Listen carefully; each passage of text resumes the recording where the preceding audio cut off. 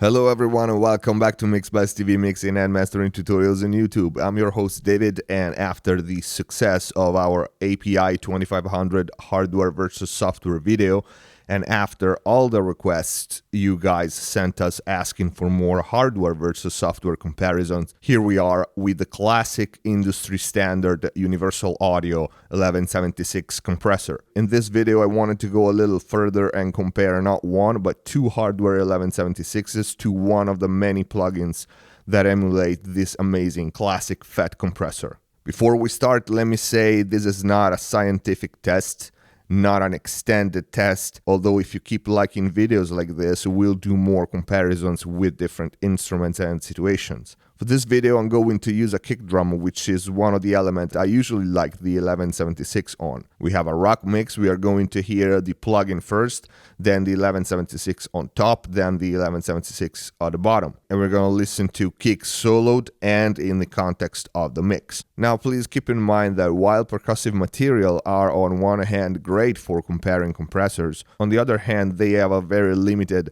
frequency content, a limited spectrum, and so with a kick drum there's not so much room for tone changing with any machine really, which would be more apparent on a vocals or a piano or acoustic guitars like we did for the 2500. So what I'm saying is, with percussive elements like this, don't expect to hear massive tonal changes, but still they are great to test the differences between hardware and plugin with how they handle transients, to listen to the attack, to listen to the release, since the kick drum is a fast, defined audio event. With the kick having a high frequency component and the low end component, we can hear how the two ranges saturate in different ways, how the different kind of saturation between plugin and hardware help controlling the very first milliseconds of the peak, and of course how they make us feel when one or the other are on the given element, especially in the context of the mix. Not much with the kick soloed. Now, the reasons why I used two different hardware is because they do sound slightly different from each other. And I wanted to show you that when we compare hardware versus plugins, sometimes there's less difference between the hardware and the software than between two hardware of the same model. Universal Audio is pretty damn consistent with their gear, no doubt about it. The differences here are that one of the 1176s is substantially older than the other. So the components aged so much that if you followed the West Audio Supercarrier installation and they at the studio video, you know that the top 1176 need to have both input and output pots changed because they make scratchy noises when you move them. And so I suspect that also why they sound different. I will definitely make a video as soon as Universal Audio send me the replacement pots of me trying to install the new ones myself. It's gonna be funny at least. And I want to take the chance to do a comparison before and after the new components and see if they really make a difference. So stay tuned for that. Anyways, enough talking. We are going to hear kick soloed plugin first, top 1176 second, and bottom 1176 third. The same sequence with the kick in the mix. And lastly, I threw in a bonus, hopefully fun to watch comparison. Just me playing with different settings with the plugin and one of the hardware units, to hear the differences specifically in the infamous all bottom mode, but more generally really pushing the saturation and the compression with extreme settings. So let's get to the audio example and I'll see you after that for some final thoughts.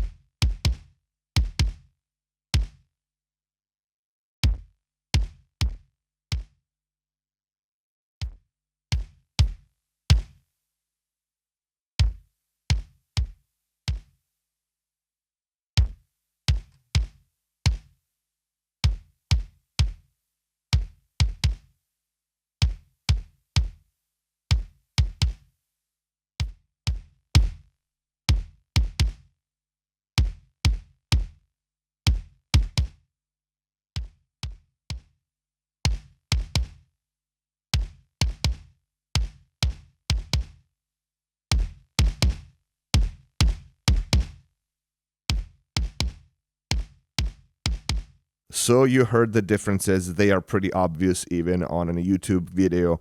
But like I said, not much tonal changes, but that's because the example here was a kick, not a rich, large frequency spectrum element, not a sustained sound like a bass or a vocals. But you let me know if you want more videos like this with such material and we'll make it happen. As we did for the API 2500 comparison, and even more here, you saw the settings weren't the same. Although attack, release, ratio were the same, the input and output were not.